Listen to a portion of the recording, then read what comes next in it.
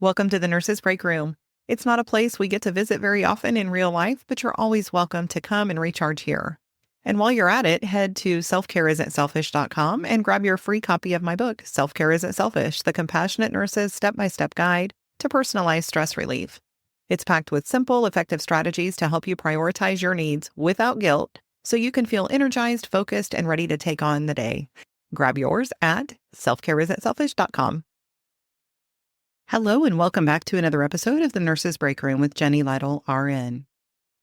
Today, we're going to focus on the impact of the little things that we do or don't do. So often I talk to clients or potential clients or just people out in the world about self-care and about stress relief. And there's a lot of talk about not having enough time for taking care of ourselves, not having time to do the things that we want to do.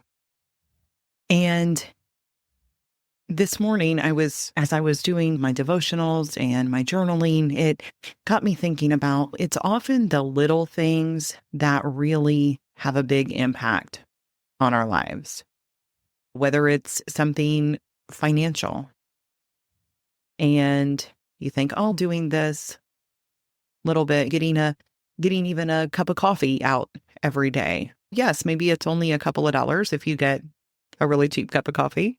But if you do that regularly, then that adds up to quite a bit. And it's the same with the foods that we eat. If you're having a little bit of an indulgence one day, then maybe that's not a big deal. But if you find that you're treating yourself every meal in between meals, then that's going to have a much different impact. And so the point of today is just thinking about the areas of our lives and just asking, where am I in terms of this? Are there little things that I'm doing that are impacting me negatively? Or maybe are there things that I'm doing that are impacting me positively?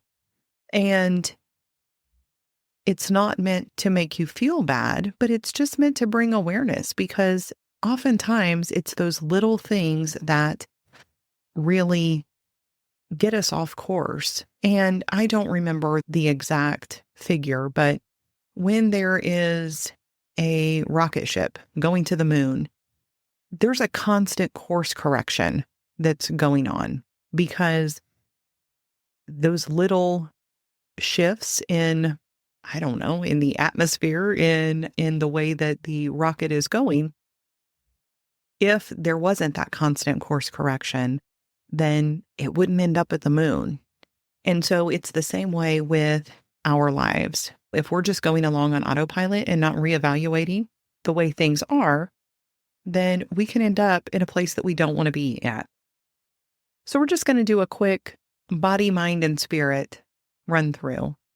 So body-wise, what are you doing in terms of fuel? What are you eating? Are you planning meals? Are you eating meals that support your health goals? Or are you just grabbing something quick and easy and on the go, or something that maybe tastes great in the moment, but isn't really getting you where you want to go? I know for me personally, I dialed in my nutrition in a way that was working well for me. And then I just stopped. Life got a little bit busy and I thought, oh, I'll get back to it. And that's been about a month and a half. And so this is definitely me calling myself out as well. I have noticed that I'm not feeling as healthy, as clear-minded as I was.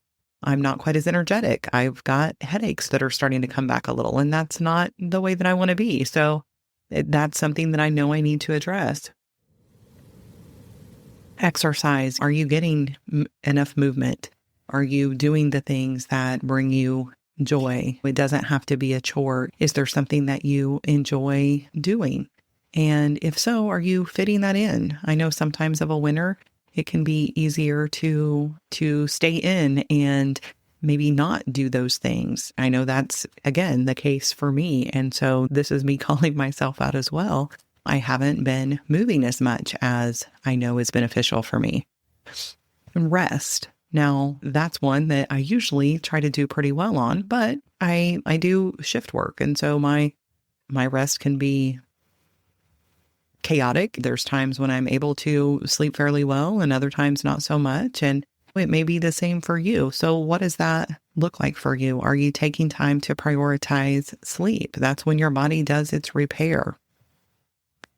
In terms of your mind, what about journaling? Getting some of those things out of your head and onto paper.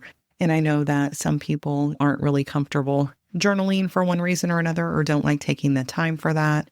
Sometimes for me, just processing things out loud can be helpful. And even if you're just talking to yourself in the car, that can be beneficial. Something that I like to do if I know that I'm doing kind of a brain dump is I will use a voice recorder app. Otter is one that I've used for a long time. I just use the free version of it, and I will talk myself through things and coach myself along the way. And then I'm able to, download that. I can listen to it again. I can see a transcript of that and pull the things that maybe that I want to take from that, because I can come up with some really good ideas in doing that. Also, along with our mind, having downtime, stepping away from work, from productivity, we all need that time to just let our brains be. And I know this is probably the hardest one for me, because I am really passionate about the things that I'm working on. And I know that I can't go 24/7, but also there's so much that I want to do. And there are so many things that I'm involved in that I have to make myself take a step back. And when I do, I know that I'm more productive, because having that downtime, letting my brain rest instead of just go, allows me to come up with new ideas and to rejuvenate and to feel better. And then spirit, and whatever that looks like for you. For me, it's my God time. I like to start my mornings with time with my devotionals and with God, and just journaling and praying and reading. And that's something that I know makes a big difference for me. I also like to be in nature. And I don't spend as much time in nature in the winter as I do in the spring and summer and fall, but I do try to enjoy just when I'm driving along and I see a sunrise or a sunset, and I love seeing deer. And so things like that really, really can brighten my day and give me more energy, and just also a feeling of calm and peace and contentment. And then the people that you're around as well.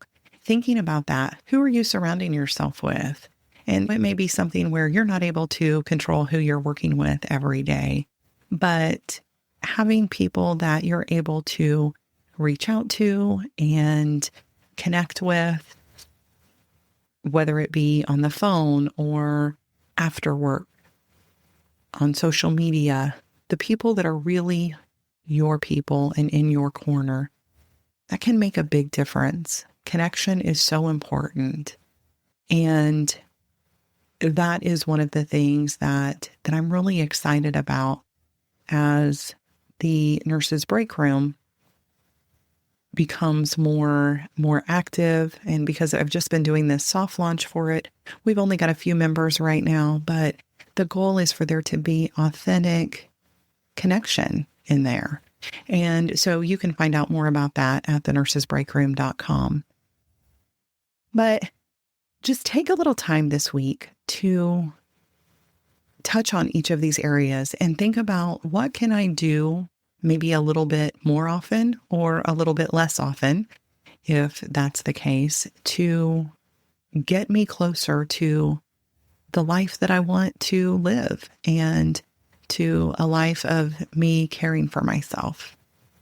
And until next time, remember that self-care isn't selfish. It's essential if we want to continue to care for others and live our best lives. Disclaimer: Although I am a registered nurse, the medical and health information contained in this podcast is provided for general information and educational purposes only and is not a substitute for professional advice. Therefore, before taking any actions based upon such information, I encourage you to consult with appropriate professionals. I do not provide any specific medical or health advice, and the use of or reliance on any information contained in this podcast is solely at your own risk.